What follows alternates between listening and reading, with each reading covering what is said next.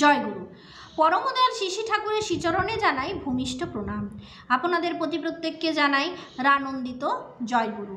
তো আজকে ইষ্ট প্রসঙ্গে আলোচনা করব শ্রাবণ মাসের শেষ, শ্রী শ্রী বড় মায়ের জন্ম মাস সমাপ্ত। আবার আসছে বছর আমরা শ্রাবণ মাস পাব এবং সেই শ্রাবণ মাসে আমরা বড় মায়ের জন্ম মাস আবার ধুমধাম করে পালন করব। ভাদ্র মাস শুরু হলো। ভাদ্র মাসে আমাদের যা যা করণীয় তা কিন্তু আমাদের করে যেতে হবে। ভাদ্র মাসটা আমাদের জন্য খুব শুভ মাস। পরমদয়াল শ্রী শ্রী ঠাকুরের শুভ জন্ম মাস এই ভাদ্র মাস। ভাদ্র মাসে কি কি করবেন, কি কি করণীয়, এই সম্পর্কে আজকে আমি ছোটোখাটো একটা টপিক রেডি করেছি, যেটা আপনাদের সাথে শেয়ার করব। আর আপনারাও কিন্তু এই ভাদ্র মাসটাতে খুব ভালোভাবে ঠাকুরকে নিয়ে উপভোগ করুন, কারণ এই একটা সময়, এটা হচ্ছে মানে এত একটা ভালো সময়। যারা ডিপি ওয়ার্ক করছেন তাদের জন্য খুব ভালো সময়, যারা যাজন করে বেড়াচ্ছেন, শুধু যাজন করছেন, তাদের জন্য একটা খুব ভালো মুহূর্ত। আগের থেকে এখন যুগ পরিবর্তন হয়েছে। ঠাকুর বাড়িতে প্রত্যেক দিন নতুন নতুন নিয়ম। বর্তমান আচার্যদেব সবাইকেই ভালো রাখার উদ্দেশ্যে, শোক জঞ্জাল যন্ত্রণা থেকে মুক্ত করতে বর্তমান আচার্যদেব বিশেষভাবে উদ্যোগ নিয়েছেন। সকলে আনন্দে থাকুন, ভালো থাকুন, সুস্থ রাখুন আর পরম দয়ালের কাজে নিজেকে যুক্ত করুন। বর্তমান আচার্যদেবের বিশেষ নির্দেশ, আমরা এই ভাদ্র মাসটাকে কিভাবে উদযাপন করব। আমি আপনাদের নবমী তিথি, তার আগেও আপনাদের আমি সচেতন করে দেব এবং কি কি করতে হয় সেই সম্পর্কে প্রত্যেক বছর আমাদের যেমনভাবে আমাদের ইষ্টপ্রসঙ্গ চ্যানেলে টপিক আলোচিত হয় সেইভাবে আপনাদের সামনে আমি শেয়ার করব। যারা ইষ্টপ্রসঙ্গ চ্যানেল প্রতিদিন দেখছেন এবং বেশ কয়েক বছর ধরে তারা আমার সাথে আছেন, তারা জানেন যে কিভাবে আমি এই তাল নবমী তিথিতে মানুষকে বলি, কি কি করতে বলি এবং পরম দয়ালের পছন্দ অপছন্দ, ইচ্ছা অনিচ্ছা, প্রত্যেকটা জিনিস কিন্তু আমাদের জানতে হয়, প্রত্যেকটা ব্যাপার আমাদের জানতে হয়। আমরা যদি তাকে ভালোই বাসি তাহলে তার প্রত্যেকটা পছন্দ অপছন্দ আমাদের জানা দরকার। তো যাই হোক, এই নিয়েই আজকের আমাদের আলোচনা। তো এই যে ভাদ্র মাস পড়ছে, এই ভাদ্র মাস পড়েছে, এই ভাদ্র মাস শুভ জন্ম মাস। প্রত্যেকের বাড়িতে একটা করে সৎসঙ্গের দিন ধরানো হচ্ছে, তাই না? কিন্তু না, সৎসঙ্গ এইভাবে হয় না। সৎসঙ্গ করার এইভাবে কোনো দরকার নেই। আমরা প্রত্যেকটি দল যাচ্ছি ডিপি ওয়ার্কসের কাজে। যে যে দল ডিপি ওয়ার্কসের কাজে যাচ্ছেন তারা অবশ্যই বর্তমান আচার্যদেবের এই নির্দেশ পালন করবেন। কোথায় কেমনভাবে সৎসঙ্গ হবে এই নিয়ে আয়োজন। যে যে জায়গায় ডিপি ওয়ার্কস করছেন, যেখানে ঠাকুরকে মানুষ ভুলে গেছেন, ফের হয়তো আঁকড়ে ধরেছেন, 1 মাস হয়েছে, 10 দিন হয়েছে, কিংবা ঠাকুরের সৎসঙ্গ তারা অনেক দিন আগে করিয়েছেন, এখন মানুষের অভাবে, তাদের বাড়িতে আনাগোনা করবার অভাবে সেখানে সৎসঙ্গ হয়নি। তো সেই সব জায়গায় সৎসঙ্গের আয়োজন করুন। বর্তমান আচার্যদেব বলছেন ভাদ্র মাসে প্রত্যেকটা বাড়িতে সৎসঙ্গ হয়, ঠিক আছে, কিন্তু যে যে জায়গায় সৎসঙ্গ একদম হয় না, নতুন মানুষগুলোর কাছে ঠাকুর এই সদ্য পৌঁছেছে, সেই সব জায়গায় সৎসঙ্গ করুন। কারা সৎসঙ্গ করবে? আমরা করব। আমরা প্রত্যেকেই ঠাকুরের মানুষ, আমরা যাব সেখানে। তাদের কোনো ব্যতিব্যস্ত করার দরকার নেই। তাদের প্রথমেই বোঝা চাপিয়ে দেবেন না যে এত লোকের ভান্ডারা করতে হবে, এত প্রসাদের আয়োজন করতে হবে।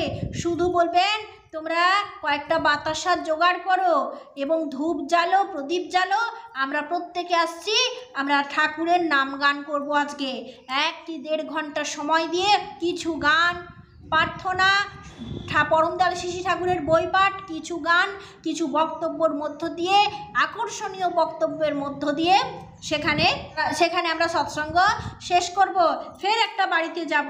এইভাবে আমরা জানি যেখানে যেখানে ডিপি ওয়াশ করছি, এখানে মানুষজনের বাড়ি জানি, সেই বাড়িতে গিয়ে আমরা সৎসঙ্গ করব। কোনখানে মানুষ কি পছন্দ করে, যেহেতু আমরা মিশছি, আমরা জানি। তো বক্তব্যটা আমাদের সাজিয়ে নিতে হবে। প্রত্যেক জায়গায় একই বক্তব্য, একই মানুষ, এগুলো করলে পুরোটাই একঘেয়েমি হয়ে যাবে।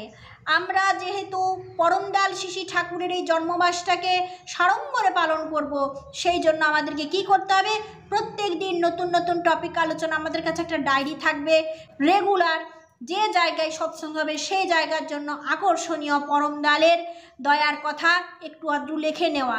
তার সঙ্গে আমরা এই ব্যবহারিক জীবনে ঠাকুরের নিয়মগুলোকে কিভাবে অ্যাপ্লাই করতে পারি, কেমন করে অ্যাপ্লাই করতে পারি।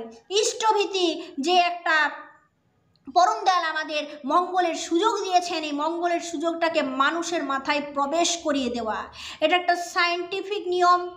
এই ইষ্টভীতি করলে আমরা বিপদ আপদ থেকে মুক্ত হই, এর সাথে সাথে আমরা বাঁচা বাড়ার উৎসাহ পাই, তার সাথে আমাদের মধ্যে একটা আনন্দ, হ্যাপি হরমোন সিক্রেশন হয়।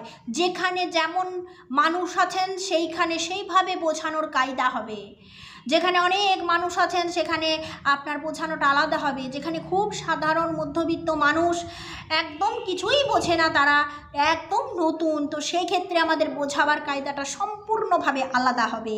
যাতে একদম ঘরের লোকের সাথে কথা বলছি ঘরের কোনো ব্যাপারে, এমনভাবে বোঝাতে হবে, তবে তো তারা ঠাকুরকে নিজের মতো বুঝবে। আমি যদি সেখানে বিভিন্ন রকমের ইংরেজি হ্যাপি হরমোন সিক্রেশন কথাটা বলতে থাকি, সেখানে কি তারা বুঝবে? বুঝবে না। আমাদেরকে বলতে হবে সেখানে যে আমাদের ইষ্টভীতি করলে আমাদের মধ্যে আনন্দ বাড়তে থাকে। ঠাকুর আনন্দ পছন্দ করেন। ঠাকুর নিজের মধ্যে যত আনন্দ বাড়বে তত অন্য সব কাজগুলোকে করা যাবে। দুঃখ করো না, ঠাকুরকে আমরা দুঃখ পাবার জন্য ধরিনি। ঠাকুরকে নিয়ে যত আনন্দে থাকবে, আনন্দ করবে, মানুষকেও তত আনন্দ দিতে থাকবে। যে মানুষের জীবনে আনন্দ আছে, আনন্দে সবসময় থাকেন, সে কোনো দিন মানে দুঃখটাকে অনুভব করেন না, দুঃখ এলেও। এইভাবে মানুষকে বোঝান। তো ইষ্টভীতি সংক্রান্ত মানে প্রত্যেকটা জায়গায় আপনি যেমনভাবে যাই আলোচনা করুন না কেন, ফার্স্ট লাইন ইষ্টভীতি, ইষ্টভীতি সম্পর্কে 4-5টা কথা বলে তারপর হচ্ছে ওই অন্যান্য ঠাকুরের আলোচনাগুলো করা। এছাড়া এরপরে আমরা আলোচনা করব যারা যারা ঠাকুরকে ছেড়ে দিয়েছে, ঠাকুরকে আবার ধরেছেন, সেই সব জায়গায় একটা আকর্ষণীয় আলোচনা। এইভাবে একটা টিম করুন, এক একটা দলে 5জন 7জন, তার মধ্যে একজন যেমন ভালো বক্তব্য রাখতে পারে, একজন ভালো গান করতে পারে, একজন ঠাকুরের বই পড়ে মানুষকে শোনাতে পারে। এরকম কি একজন যে সৎসঙ্গ পরিচালনা করবেন, তার সঙ্গে ভালো করে কথাবার্তা, সৎসঙ্গে অন্যরকম কোনো আলোচনা বন্ধ, সৎসঙ্গে কোনো রকম বাজে মন্তব্য বন্ধ, কারো নিয়ে সমালোচনা বন্ধ, কে কী করছে না করছে এগুলো আমাদের শোনার দেখার বিষয় নেই। ঠাকুর বললেন যে সহজ শোনা, সহজ বলা, সহজ ভাবা, তার সাথে আমরা সহজ পথটাও পেয়ে যাই। যখনই আমরা জটিলভাবে ভাবতে যাব, বাঁকাভাবে বুঝতে যাব, তখন আমাদের পথটাও কিন্তু জটিল হয়ে যাবে। তো এইরকমভাবে সহজ কথায় মানুষকে বোঝাতে হবে। আর আমাদের ঘরে সৎসঙ্গ হবে, আমাদের ঘরে সৎসঙ্গ হবে, আমার নামটা ওই দিনে বুক করে দাও, আমার নামটা ওই দিনের লিস্টে লিখো, আমার বাড়িতে কেন হলো না, এই প্রশ্নগুলো আমাদের করা উচিত নয়। কারণ আচার্যদেবের নির্দেশ আছে যে সমস্ত জায়গায় সৎসঙ্গ কোনো দিন হয়নি সেইখানে ঠাকুরের প্রতিষ্ঠা করা, সেই জায়গায় ঠাকুরের সৎসঙ্গ করানো আমাদের প্রত্যেক সৎসঙ্গীদের একটা কিন্তু প্রধান কর্তব্য থাকবে। এই সুযোগটা আমরা কিন্তু এই ভাদ্র মাসেই পাবো। তা ভাদ্র মাসে এই কাজগুলো অবশ্যই করুন, আপনি স্বয়ং মঙ্গলের অধিকারী হবেন। আচার্যদেব বলছেন যে 365 দিনের মধ্যে 5টা মিনিট ঠাকুরের কাজ করো, কিন্তু সচেতন আর সক্রিয়ভাবে করো, তুমি মঙ্গলের অধিকারী হবে। অবশ্যই আপনি আপনার জীবনের কোনো না কোনো পরিবর্তন হবে যদি আপনি একটু সময় ঠাকুরের জন্য বার করেন। তো এইভাবে আমাদের এই ভাদ্র মাসে ঠাকুরের কাজটা করতে হবে। কেন এই কথাগুলো আজের দিনে আলোচনা করছি, কারণ এই আলোচনাটা আমি প্রত্যেক দিন করবো না। এরপর ভাদ্র মাসের বিভিন্ন নিয়মকানুন সম্পর্কে আমরা আলোচনা করব। তো এই মাসেই হচ্ছে সেই সুযোগ, যেখানে যেখানে ঠাকুর পৌঁছাননি কিংবা পৌঁছেছেন অথচ ঠাকুরকে কেউ চেনেন না, সেই জায়গায় গিয়ে ঠাকুরকে প্রতিষ্ঠা করা। প্রতিকূল পরিবেশের মধ্যে ঠাকুরকে প্রতিষ্ঠা করাই হচ্ছে আসল আনন্দ। আচ্ছা, কিছু ফটো নিজের কাছে রাখা, মানুষকে ফটো দেওয়া, সৎসঙ্গের ফটো এইভাবে মানুষকে দেওয়া, যারা চাইছেন তাদের কাছে ঠাকুরের ছবিগুলোকে দিতে হবে। আমাদের এই কাজগুলো অবশ্যই ভাদ্র মাসে করতে হবে। তো আমরা যারা জানি ঠাকুরের সৎসঙ্গ পরিচালনা করতে কিংবা গান বক্তব্য এগুলো জানা আছে, এই ভাদ্র মাসে তারা ঘরের ভেতর বসে থাকবেন না। আচার্যদেবের নির্দেশ অনুসারে বাড়ি থেকে বেরোন, বাড়ি থেকে বেরিয়ে ঠাকুরের কাজে নিজেকে নিযুক্ত করুন। এর মধ্যে দিয়ে অনেক কিছু থেকে আপনি উদ্ধার হবেন। সময় দেওয়া, যতটা সময় দিতে পারেন ততটাই কিন্তু লাভ। ঠাকুর যে সৎসঙ্গ অনুষ্ঠান সম্পর্কে বলছেন কর্মীদের অচ্যুত ইষ্টনিষ্ঠ থাকতে হবে, সক্রিয় থাকতে হবে, সুসম্পন্ন কর্মা হতে হবে, আর হতে হবে ইষ্টিচরণ প্রয়াসী। একটা বাচ্চা যখন প্রথম হাঁটতে শুরু করে তখন সে বারে বারে হুমড়ি খেয়ে পড়ে যায়।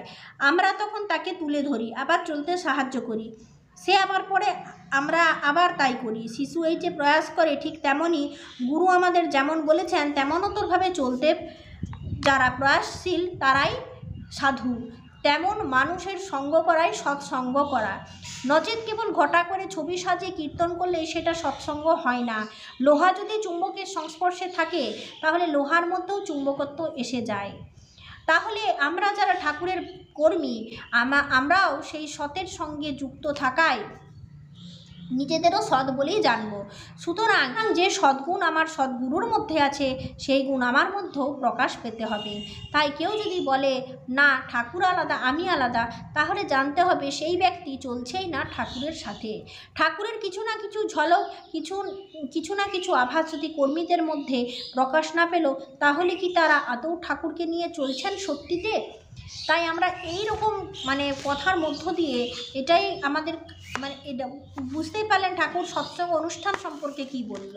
তাই এই ভাদ্র মাস আমরা প্রত্যেকেই চেষ্টা করব ঠাকুরের ইচ্ছাকে পূরণ করতে, তার এই জন্ম মাসে তার ইচ্ছা পূরণ করা, তার ইচ্ছাকে গুরুত্ব দেওয়া এবং তাকে নিয়ে সাথে চলা।